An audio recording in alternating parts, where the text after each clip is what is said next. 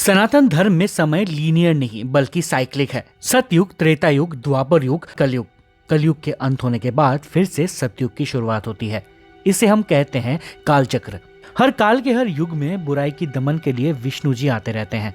वैसे ही कलयुग के अंत में राक्षस कली पुरुष का अंत करने आएंगे विष्णु जी के 10वें अवतार भगवान कल की। सनातन धर्म में कल के अवतार की अलग अलग व्याख्याएं हैं। कुछ परंपराओं में उन्हें एक ऐसे योद्धा के रूप में चित्रित किया जाता है जो बुरी ताकतों के खिलाफ एक महान लड़ाई का नेतृत्व करेगा, राम जी या कृष्ण जी की तरह।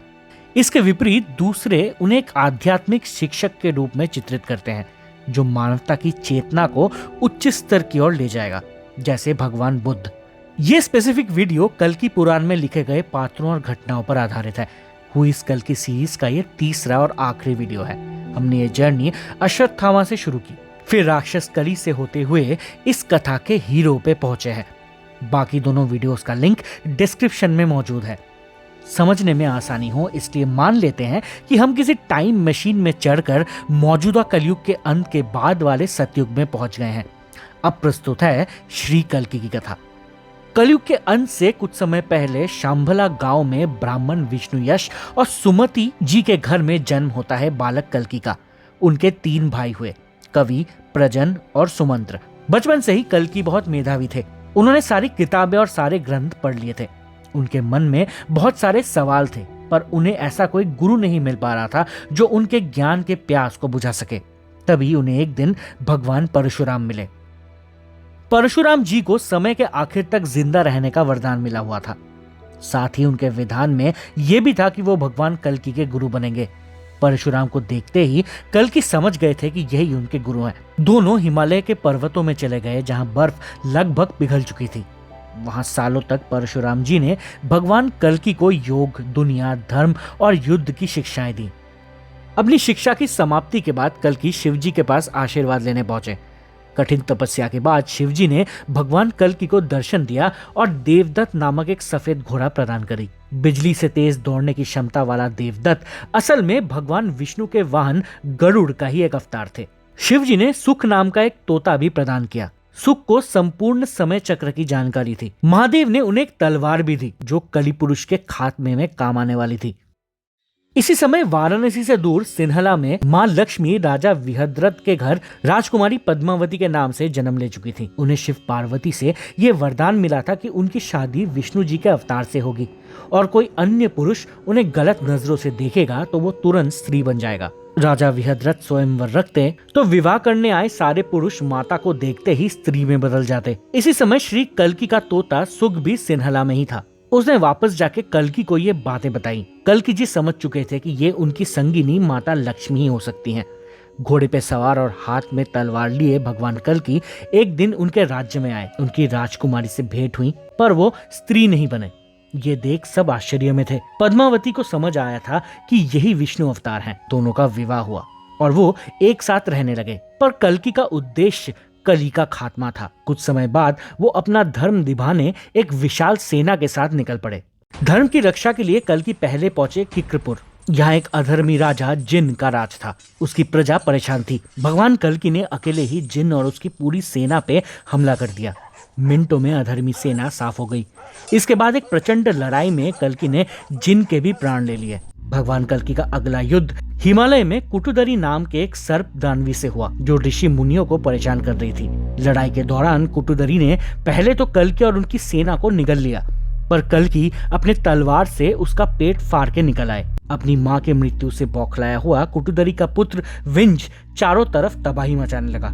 उसे भी भगवान कल्की ने ब्रह्मास्त्र से मार डाला। अपनी सेना लिए आगे कल्की हरिद्वार में आए जहां उनसे धर्म और सतयुग इंसान के रूप में मिलने आए। उन्होंने कल्की जी को कली राक्षस के प्रभाव के बारे में बताया कि कैसे अधिकांश मानव जाति कली के वश में आ चुकी है और बचे हुए साधु, संत और धर्मप्रिय लोगों पर अत्याचार हो रहे हैं। इसके बाद भगवान कल्की अपनी पूरी सेना के साथ कली के निवास की ओर आगे बढ़े। कली के राज्य में भगवान कल्की का स्वागत एक बहुत बड़ी सेना से हुआ। कल्की की सेना में सारे चिरंजीवी थे। शुरू हुआ एक महायुद्ध। चारों तरफ हाहाकार मचा उठा। इसी बीच कल्की कली के सेनापति कोक और विकोक से लड़ने लगे। दोनों असुर भाइयों को ब्रह्मा जी से वरदान था कि एक भी भाई की मृत्यु होती है तो दूसरा उसे सिर्फ अपनी दृष्टि से ही जिंदा कर सकता है। कल्कि बार बार कोक विकोप को मार रहे थे, पर बार बार दोनों भाई जिंदा हो रहे थे। लड़ाई असंभव सी लगने लगी थी। तभी स्वयं ब्रह्मा जी ने कल्कि को एक उपाय बताया। दोनों भाइयों को एक साथ गाल पर थप्पड़ मारा जाए तो दोनों का नाश हो जाएगा। विद्युत की गति से कल्कि दोनों के बीच पहुंचे और एक ही वक्त दोनों को थप्पड़ मार के उनका वध कर दिया। ऐसे ही एक एक करके कली के बाकी के सेनापति जैसे क्रोध, भय आदि कल्कि और उनके साथियों के हाथों मारे जाने लगे। आखिर में बचा कली। हालत देख कली अपने महल में जाकर छुप गया। धर्म ने कली के महल पर ब्रह्मास्त्र से वार कर उसे जला दिया। आग से कली का परिवार जल के नष्ट हो गया। अंत में भगवान कल्कि और कली का आखिरी युद्ध शुरू हुआ। कली पुरुष का पूरा शरीर जल के राख हो गया और उसकी आत्मा काल चक्र को छोड़ दूसरे समय में भाग गई। ऐसे हुआ कली पुरुष का अंत। पर भगवान कल्कि का एक आखिरी काम बाकी था। उन्हें श्री विष्णु का किया हुआ वादा पूरा करना था। वो वादा जो उनके श्री राम रूप ने माँ वैष्णो देवी से किया था। कलयुग में भल्लाट नगर में माता वैष्णो देवी या वैष्णवी राजा शशिध्वज और रानी सुशांता के घर रमा नाम से पैदा हुई। सभी राक्षसों का वध करके अपनी पूरी सेना के साथ कल्कि भल्लाट नगर पहुंचे। राजा शशिध्वज नारायण के भक्त थे, पर क्षत्रिय धर्म निभाते हुए उन्हें जंग के लिए आना पड़ा। वहां एक भयानक युद्ध हुआ। जब सेनाओं के युद्ध से कोई नतीजा नहीं निकला तब कल्कि और शशिध्वज आमने सामने के युद्ध में आए। लड़ाई में कल्कि मूर्छित हो गए और शशिध्वज उन्हें अपने महल में ले आए। होश में आने के बाद भगवान कल्कि ने देखा कि शशिध्वज और उनकी पत्नी सुशांता उनकी पूजा कर रही हैं। राजा और रानी ने उनसे उनकी बेटी रमा से शादी करने की विनती की। भगवान कल्कि के मानने पर दोनों का विवाह हुआ। ऐसे ही त्रेता युग में राम जी का वैष्णो देवी से किया हुआ वादा कलयुग में भगवान कल्कि ने देवी रमा से विवाह करके निभाया। इसके बाद भगवान कल्कि ने अपनी दोनों पत्नियों के साथ पृथ्वी में कई सालों तक राज किया। उनको 4 पुत्र भी हुए। एक समय के बाद ब्रह्मा जी और बाकी देवता उनके पास आकर वापस वैकुंठ लौटने का निवेदन करते हैं। ऐसे ही बुराई का अंत कर सतयुग शुरू करके भगवान कल्कि वैकुंठ लौट आते हैं। काल चक्र फिर से शुरू हो चुका है।